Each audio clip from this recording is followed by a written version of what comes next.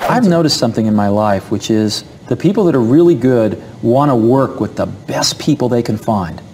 Hopefully people that are even better than them. You know? I mean, that's my view of things, is if you work with people that aren't as good as you, then, you know, you become a country of midgets. If you work with people that are better than you, then you really grow. We've also had a lot of requests from companies to port NextStep to other platforms, and we're talking to some of those companies right now. Now, Sun, we got a lot of requests from Sun customers to port NextStep to Sun. So a lot of them are saying, look, we may not want to buy them anymore, but we already bought 500 and we don't want to throw them in the bay. So can we put your software on them? Because Sun's falling behind in software. Now, Sun says they'd rather stick needles in their eyes than help us do this. That's a quote. And so we're evaluating right now which will be worse for Sun, if we port it or if we don't port it. And since we're fairly customer driven, we'll probably end up doing what the customers ask us to do, because we want to make them happy. The group of people that do not use quality in their marketing are the Japanese. You never see them using quality in their marketing. It's only the American companies that do. And yet, if you ask people on the street which products have the best reputation for quality, they will tell you the Japanese products. Now, why is that? How could that be? The answer is because customers don't form their opinions on quality from marketing. They don't form their opinions on quality from who won the Deming Award or who won the Baldrige Award. They form their opinions on quality from their own experience with the products or the services.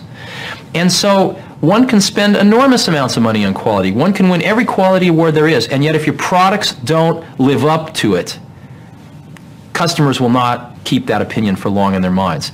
And so I think where we have to start is with our products and our services, not with our marketing department. And we need to get back to the basics and go improve our products and services.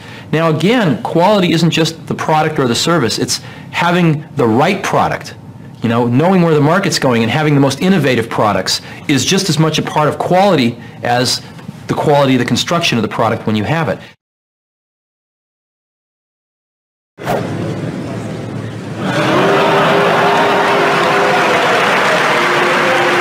Did it hurt to have your people, the people who, you know, love you, boo you like that?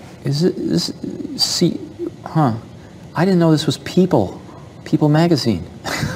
No, well,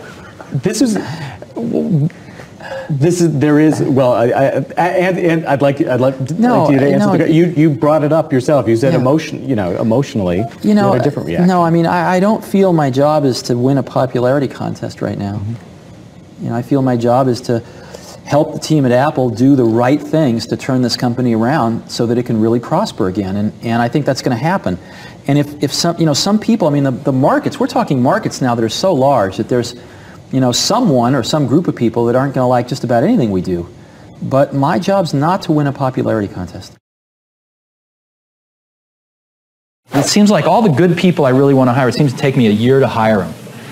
And it's always been that way, even at Apple. Some of the best technical people or whoever, it always seemed to take me like a year to pry them out of HP or wherever. And it took me over a year to hire. I think Mike has the award. You're about a year and a half. And they're all worth it. What happens is I usually meet somebody that is really good, I think is very, very good, and you can't get them, and then you go try to find other people, and nobody measures up. You know, when you meet somebody that good, you always compare them to this one person, and you know you're going to be settling for second best if you compromise. And I've always found it best not to compromise. And I want you all to go into one of our retail stores in the next 8-10 weeks and just give one of the Apple retail store employees a hug. A candid Steve Jobs. My theory of management is the Beatles. Deflecting credit for Apple's success by citing his favorite band. But together, they helped amplify each other's really good tendencies, and that's true of any team. And we got a really great team here at Apple. Thanking them for their work on the iPhone the day before its release. And I think everybody who's worked on iPhone and made those sacrifices is going to feel that it's been worth it. Somebody taught me a long time ago a very valuable lesson, which is if you do the right things on the top line, the bottom line will follow. And what they meant by that was if you get the right strategy, if you have the right people, and if you have the right culture at your company, you'll do the right products, you'll do the right marketing, you'll do the right things logistically and in manufacturing and in distribution. And if you do all those things right, the bottom line will follow. We came up with this software called Next Step, which lets you build apps 5 to 10 times faster than anything anyone's ever seen. And after you build them, they're deployable and usable by mere mortals, because it's really easy to use, this computer. And you can interoperate your custom apps seamlessly with a bunch of off-the-shelf productivity apps.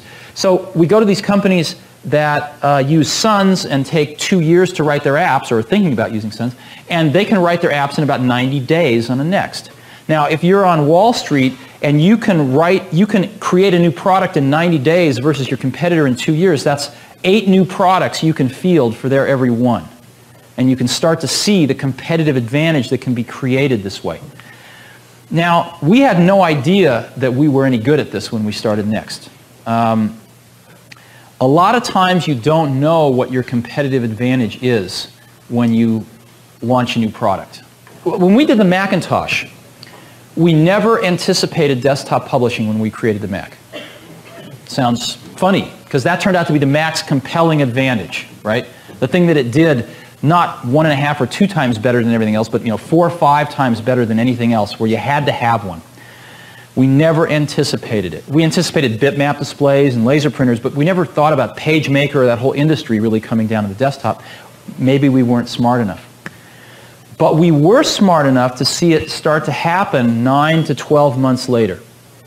And we changed our entire marketing and business strategy to focus on desktop publishing, and it became the Trojan horse that eventually got the Mac into corporate America, where it could show its owners all the other wonderful things it could do. Likewise, when we created Next Step, this revolutionary object-oriented software that we have, our target customer coming from the PC world, where shrink-wrapped apps were king, was Lotus and Adobe and WordPerfect and all the shrink-wrapped apps developers. And the purpose was to let them create their apps 5 to 10 times faster, these shrink-wrapped apps. And it worked. We have a ton of shrink-wrapped apps now, best of breed in almost every category. But it wasn't till early in '91, early last year, a little over a year ago, that some really big companies came to us and said, "You don't understand what you've got. The same software that allows Lotus to create their apps 5 to 10 times faster is letting us build our in-house mission-critical apps 5 to 10 times faster. And this is the biggest problem we've had. This is a huge problem for every big company and almost all medium-sized companies, and you have the solution in your hands and you dummies don't even know it." And it took them about 3 months before we finally heard it. And in last summer, we changed our whole sales and marketing strategy around to focus on that, and it's taken off like a rocket. And we grew about 4x last year and probably grow about 2x this year. And our customer list is now very, very strong and growing like crazy. We just got back from spending a few days in DC and in New York, and we're talking to customers we only dreamed of talking to a year ago. Apple was a very classic Silicon Valley startup in the sense that Steve Wozniak and my partner had both worked for Hewlett-Packard. Matter of fact, Woz was still working there when we started Apple. And Hewlett-Packard was the genesis of not just the concept of starting your own company, but, and of course it was the primary role model in the Valley, but it was also the ethics or the ethical basis of how you wanted to build your company, a company that was based on values, not based on just making money.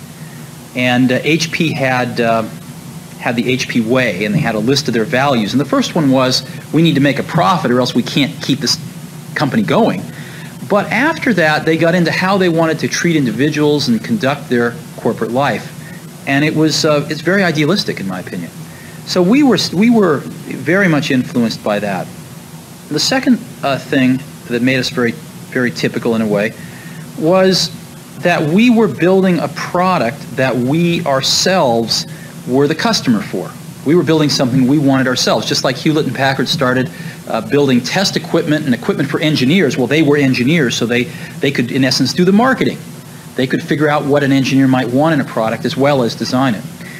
We wanted a computer, and we knew exactly what we wanted in a computer, so we could do the marketing as well as the engineering of that product.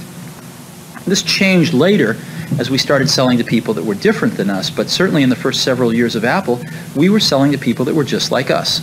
And a lot of Silicon Valley companies have started that way. It's very efficient, and I think it works quite well. We're introducing a revolutionary new product for your iPod, socks.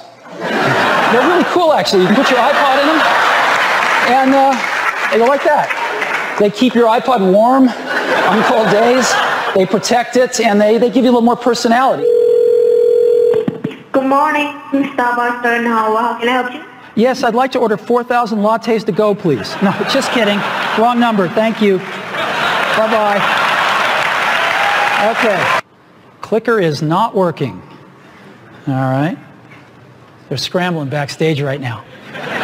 It is magical. I know it because I got this email. I was sitting in a cafe with my iPad, and it got a girl interested in me.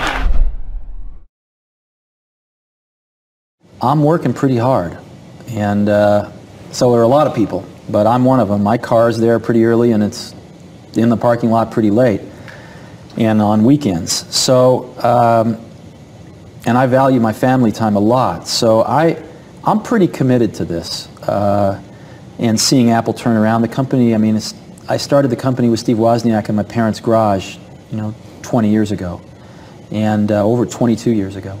And so there's a definite place in my heart for this. I'm drawing a salary of, I think, $1 per year. So I hope I'm not burdening the shareholders too much. And I very much want to see Apple get turned around, and I think it's gonna. So I don't know how much more committed I could be. If people need these symbols, well, maybe that'll happen. I don't know. But my answer to them is I don't know how I could be working any harder, and